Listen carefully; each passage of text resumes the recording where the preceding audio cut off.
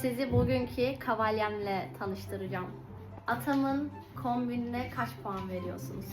Klastuk, Galstuk. kalustuk, Kravat. kravat, Ha. gömlek. Hı. Neydi yani? Azerbaycan Ne dili. değiller çözümü? Kömür.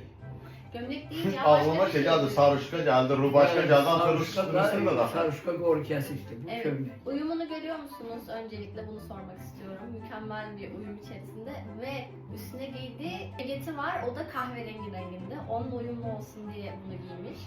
Ve atama da Dior Savage'in bir parfümünü sıkacağız.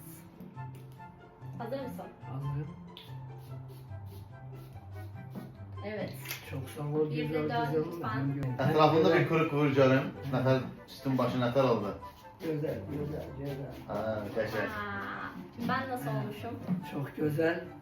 Sen hem güzelsen, hem kıymetlisen, hem əzizsən, hem sultansan. Bir de oğlu var. Ha, bak bu da Şurada. Bu da qaqanızın kombini.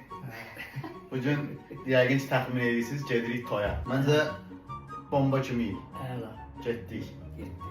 Atamın kombinine yorum yazın. Emir gel.